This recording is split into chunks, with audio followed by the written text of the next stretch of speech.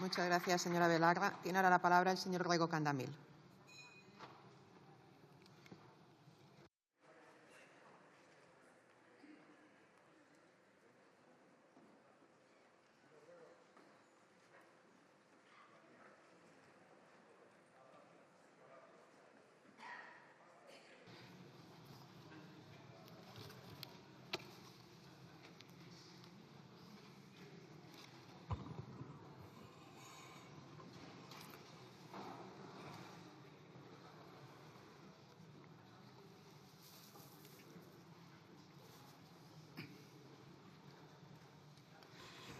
Grazas, señora presidenta. Moi boa tarde, señora ministra. Teño que recoñecer que me sorprendeu a súa intervención. Non só pola brevidade. Eu esperaba desmentidos, esperaba xustificación, non descartaba unha certa equidistancia que neste contexto creo que é absolutamente inaceptável, e non só por lembrar aquilo que dicía Desmond Tutu, de que se un quere ser neutral en situación de injustiza, na realidade está escollendo o lado do opresor.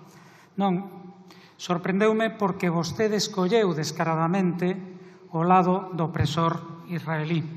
Fixo xa desde o comezo da súa intervención. Reparen, iniciou o relato no día 7 de outubro de 2023, e por que non nos anos 40, en 1947 ou en 1948, cando os sionistas provocaron o primeiro xenocidio, unha limpeza étnica para desprazar millóns de palestinos e ocupar o territorio e poder proclamar en 1948 o Estado de Israel, iso que fica na memoria dos palestinos como a Nakba, o desastre. Por que non comezar precisamente nese momento? Vostede dixo que o 7 de outubro foran asasinadas máis de 1.200 persoas. E acto seguido dixo que como consecuencia da resposta israelí perderan a vida máis de 50.000 persoas.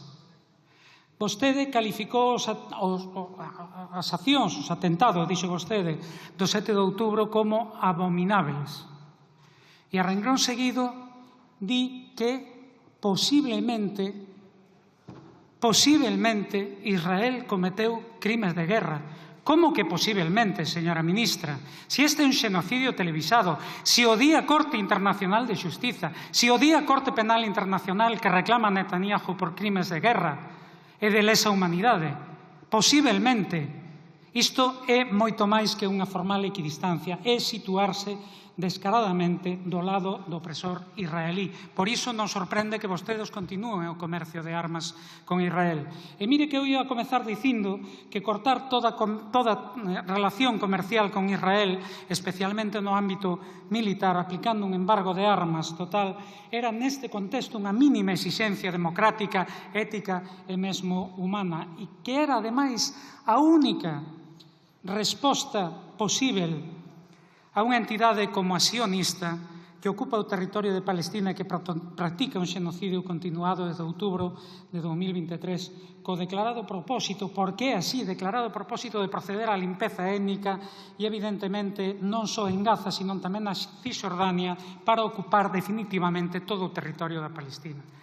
E a única resposta posível é, efectivamente, esa frente a un goberno criminal que comete crimes de guerra, sen ningunha dúbida, crimes de lesa humanidade, que ataca deliberadamente poboación civil, casas, escolas, hospitais, universidades, que leva asesinado máis de 50.000 persoas, máis de 16.000 crianzas, que usa a fame como arma de guerra.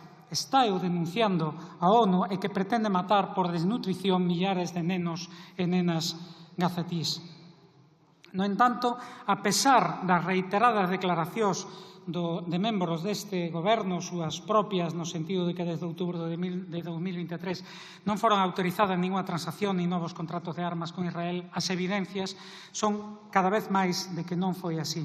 O propio presidente do goberno acabou recoñecendo nesta Cámara que existiron algúns, por razón moi específica, razóns que para nós, para o BNG, continúan sen seren xustificadas. Vostede mesmo tamén recoñeceu hoxe aquí algúns casos non de contratos permanentes, pero mire, é que neste contexto ningún tipo de contrato é xustificado. E o último informe do Centre de Laspe da PAU, que motivou esta comparecencia, pon branco sobre negro como, a pesar do xenocidio brutal da poboación palestina de Gaza, o seu goberno continuou o comercio de armas con Israel. No concreto, documenta 88 envíos de material bélico dentro do Estado español a Israel por importe de 5,3 millóns de euros desde o día 7 de outubro.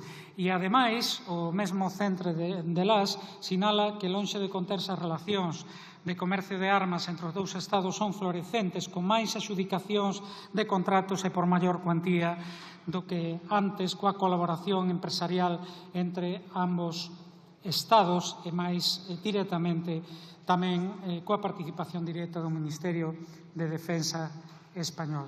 O informe sinala que desde o 7 de outubro as empresas de defensa e seguridade israelís, as súas filiais ou terceiras empresas en relación con produtos israelís, foron adxudicatarias de polo menos 40 contratos de institucións españolas por valor de 1.041 millóns de euros. As empresas adxudicatarias do grosso do volume económico destes contratos pertencen ás compañías System e Rafael. Mais o informe recolle tamén que entre 7 de outubro do 23 e 28 de febreiro do 25 España importou de Israel produtos, armas e municións en total por 36,7 millóns de euros. E aínda acredita que, a pesar dos reiterados desmentidos do seu goberno, cargamento de armas con destino aos criminosos sionistas recalaron en portos do Estado español. Por iso, señora ministra, queremos preguntarlle, a vostede isto parecelle aceptável? Poden vostedes continuar colaborando cun criminal de guerra buscado pola Corte Penal Internacional que está masacrando a poboación de Gaza e asasinando impunemente crianzas? Agora, Israel ataca a Irán co indisimulado propósito de provocar unha guerra regional que desvía a atención de Gaza e lle faga máis fácil continuar o seu proxecto de limpeza étnica e de construción do que chaman Grande Israel, ocupando novos territorios da Palestina e de países veciños. E por que o Estado español non condenou aínda de forma contundente a agresión israelí, que pode ser a isca dunha guerra a grande escala? Señora ministra, día a día vemos como o mundo se encamiña a unha situación de confrontación e potencialmente de conflito militar, e o seu goberno, en vez de traballar para construir pontes para a paz pola vía do diálogo e a negociación, está embarcado nunha escalada belicista e militarista que só pode acabar mal, moi mal. Non é con máis gasto militar que se garante máis seguridade. Polo contrario, aumentar o gasto militar só alimenta a espiral belicista e achega un conflito a maior escala. Vostedes falan de 2% do Produto Interior Bruto para gasto militar. Trump viña reclamando destinar 5%. Agora, ese objetivo xa foi asumido pola OTAN e en declaracións delirantes, porque non se poden cualificar de outra maneira, o secretario xeral da OTAN xustifica sacrificar as políticas sociais para, di el, non acabar falando ruso. É simplemente unha vía irresponsable e perigosa que non oculta os verdadeiros intereses do imperialismo norteamericano e a servil sumisión da Unión Europea e outros países europeos. Hoxe, un imperio en franca decadencia que ve perigar a súa hexemonía pola emerxencia dun mundo multipolar revólvese para tentar mantela a toda custa. E cando digo a toda custa é literal, é a custa da destrucción e do sufrimento dos povos e de sacrificar o benestar das persoas e da clase traballadora, porque cos recursos que vostedes xa destinaron a orzamento militar, con ese 10.400 millóns, cos 15.000 millóns que no penúltimo Consello de Ministros bloquearon para destinar a gasto militar, non poderán seguir vostedes asegurando que non vai ser afectadas as políticas sociais. Pero non o digo BNG, dío máis unha vez o señor Mark Rutte, que fala descaradamente de que hai que sacrificar as pensións e os servizos públicos para asegurar o gasto en defensa.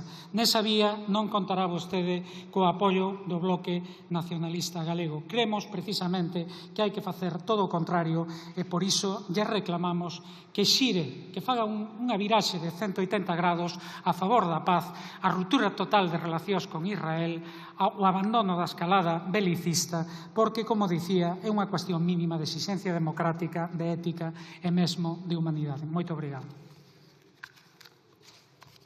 Muchas gracias, señor Rego. Por el Grupo Parlamentario Socialista tiene la palabra el señor Rodríguez Salas.